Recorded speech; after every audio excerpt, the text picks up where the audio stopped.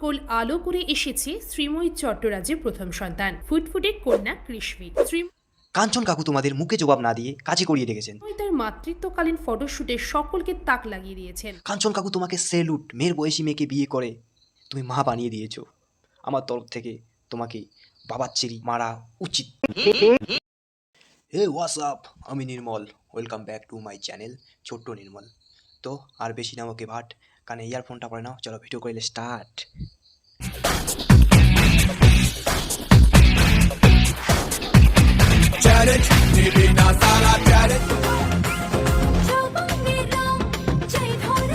এদের বিয়ের সময় তোমাদের মনে কত প্রশ্ন, কাঞ্চন কাকু কি করতে পারবে? এই তিরিং বিরিং চেহারা নিয়ে কাঞ্চন দাদু কাঞ্চন কাকু যা করিয়েছে না, তুমি সালা হিরোর মতো চেহারা থেকেও তুমি কি বালটা ছিঁড়েছো? 30 বছর বয়সে শ্রীময়ী প্রথমবার মা হলেন, আর 53 বছর বয়সে দ্বিতীয়বার পিতৃত্বের স্বাদ পেলেন তারকা বিধায়ক কাঞ্চন। এই জন্য আমি সবসময় বলি, কোনো কাজে বয়স ম্যাটার করে না, ম্যাটার করে এনার্জি, শক্তিটা।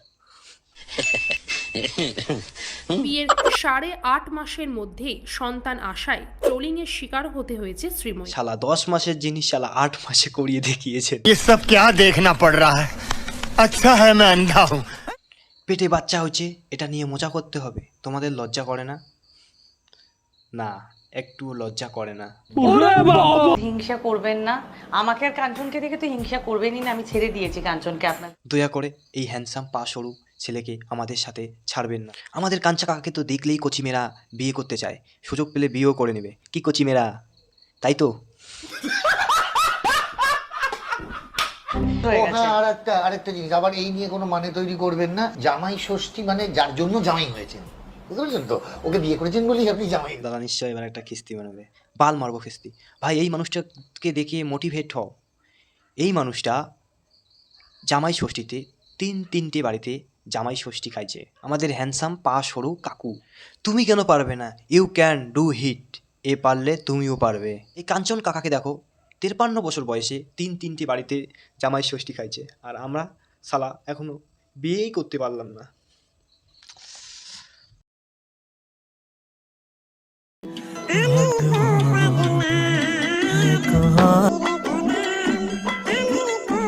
মজা করছি না ভাই, একটা সিরিয়াস কথা বলছি। এই পৃথিবীতে না ভালো খারাপ বলতে কিছু হয় না। যারা খারাপ তারাও জীবনে বেঁচে আছে, যারা ভালো তারাও জীবনে বেঁচে আছে। ভালোর থেকে যারা খারাপ তারা বেশি ভালো করে বেঁচে আছে। সো এই মানুষটাকে নিজের আইডল বানাও, আর সাজিদের মতো নতুন বছরে নতুন বউয়ের স্বাদ নাও। আর যদি নুন কম থাকে তাহলে আবার রিটার্ন করে দাও।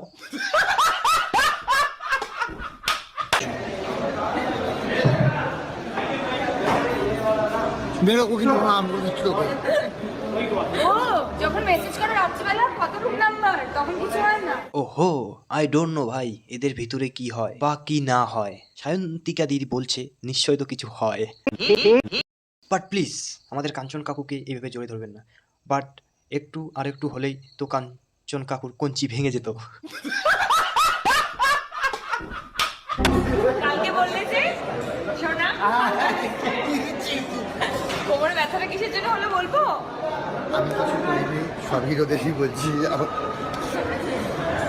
এ তো দেখছি বাংলার জনি সিং, আমাদের কাঞ্চন কাকু। আমার দিকে কেন দেখছিস ভাই? আমি কি করে জানবো যে কাঞ্চন কাকুর কোমরে কেন ব্যথা হলো? এই যেমন আমাদের দেবদা, নামে শুধু পাক্কা ঘুঘু মাল, আসলে তো মেন পাক্কা ঘুঘু মাল হলো আমাদের কাঞ্চন কাকা। এই সত্যি জড়িয়ে ধরো না। আচ্ছা, কাঞ্চন কাকুর কাছে এমন কি আছে যে মেয়েরা কাঞ্চন কাকুর জন্য পাগল, দেখলেই গায়ের উপর ঝাঁপিয়ে পড়ে? হয়তো আমাদের কাঞ্চা কাকার শুধু পা দুটোই সরু, আর অন্য কিছু হয়তো মোটা।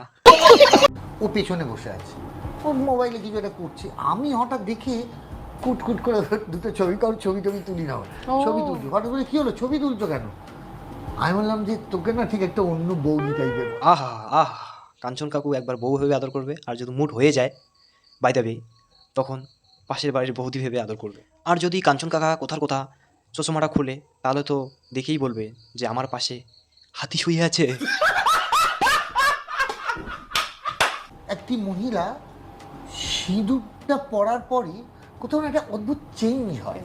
ও আমাকে বলেও চাই, বলে আমি তো সিরিয়ালও এতবার সিঁদুর পরে এসেছি, বলছে না একটা মুখটা অন্যরকম একটা লাগছে। অদ্ভুত চেঞ্জ। মানে অদ্ভুত চেঞ্জ, এই চেঞ্জটা বোঝার জন্য তোমার অনেক এক্সপিরিয়েন্স লাগবে। মোদ্দা কথা, তোমাকে 3 থেকে 4টা বিয়ে করতে হবে, তবে তুমি এই চেঞ্জটা বুঝতে পারো। প্রচন্ড। আগে তো আমরা প্রেম করার সুযোগ পাইনি, বিয়ের পর আমাদের পুরো প্রেমের জার্নিটা শুরু হয়। তোর বালের ক্যালকুলেটর।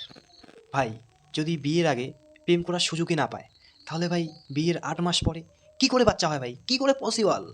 ভাই সব কিছু সম্ভব, বড় লোকের বড় বড় ব্যাপার হতেও তো পারে। আমাদের বন্ধুত্ব থেকে বিয়ে, বিয়ে থেকে প্রেম। এটা কিন্তু দারুণ। হ্যাঁ, খুবই দারুণ, কিন্তু এটার মানে কি দাঁড়ায়? তোমাকে একদম নতুন বইয়ের মতোই লাগছে, কিন্তু এটা ঠিকই যেটা ও বলছে। ওই বলেছে এটা পড়ে চল, এরম ভাবে সেজে চল। আচ্ছা, আমাকে কিরম লাগছে? নতুন বউয়ের বাবা গার্জিয়ান হিসেবে মেয়ের সাথে এসেছে। এসব নিয়ে খিল্লি করতে নেই। দেখা গেল আমারও বিয়েটা বুড়ো বয়সে করলাম আর সবাই খিল্লি উড়াতে শুরু করলো।